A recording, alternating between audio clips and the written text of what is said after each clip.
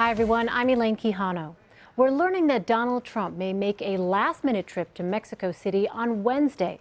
Trump got an invitation from President Enrique Peña Nieto to discuss various political and economic issues. The Washington Post says a top aide pushed for the trip as an opportunity for Trump to showcase himself as a statesman who can work with Mexican leaders.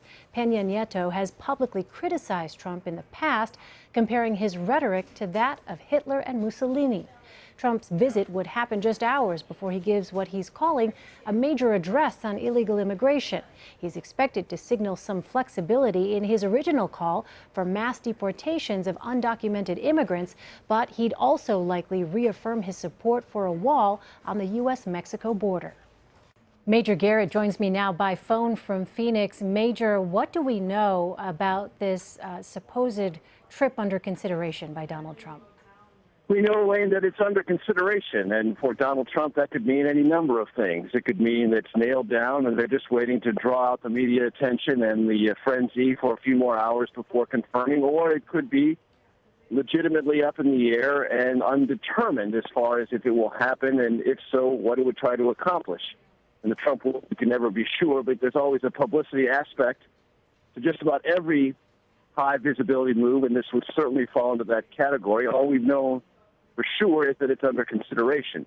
We also know that the sitting president of Mexico, Enrique Peña Nieto, has, as a courtesy, sent out an invitation to both Donald Trump and Hillary Clinton, the Democratic nominee, to come to Mexico if they are so interested to discuss a wide range of bilateral issues. We don't know if Trump is going to go to Mexico City. We have no indication whatsoever he would meet with the Mexican president. I talked to local officials here in Phoenix who are close to the Trump campaign who think he might be going just to the border, which would be a much more traditional nominee of a major party in the midst of a competitive presidential election, to go to the Mexico border with the United States, quite possibly here in Arizona, survey things for themselves, and take stock of the situation. We don't know if Trump's going to do that either. So these details, we are hopeful, will emerge in the ensuing hours. What we knew for sure is that Trump will be here in Phoenix, 6 o'clock local time, for a speech on immigration policy. Now, all of this frenzy about a possible trip to Mexico could be a diversion. It could be an effort to distract people from the speech because it might not have as many specifics as the Trump campaign would like. Or it might have plenty of them, and they want to heighten interest in this entire topic by dangling out this potential trip to Mexico. There is a reality that we're confronting at the moment here, Elaine, where we have lots of questions and not nearly as many answers as we would prefer.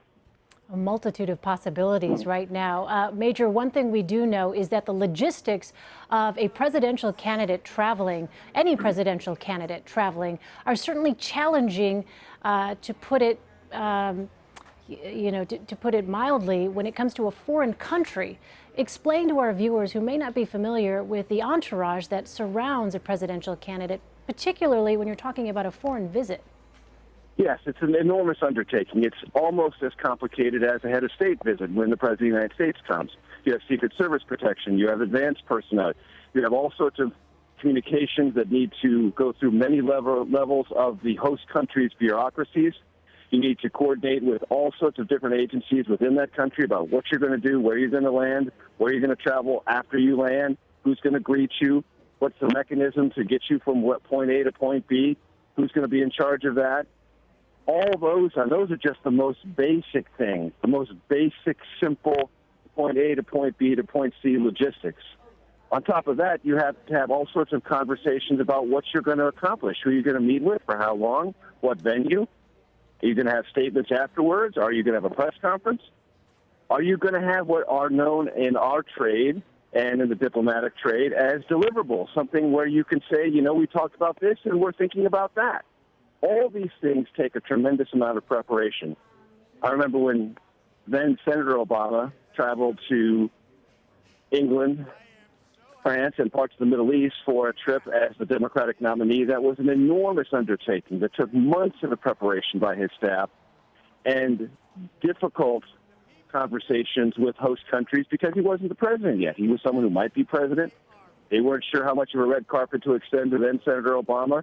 He wasn't exactly sure how much he should talk about future U.S. policy as just a nominee, not the president or president-elect. So all these things have a wide range of complexities and intricacies, and we'll see if any of them are going to be carried out and pulled off with a trip like this coming to the surface mere hours before it might happen. All right, Major Garrett in Phoenix for us. Major, thank you. Sure.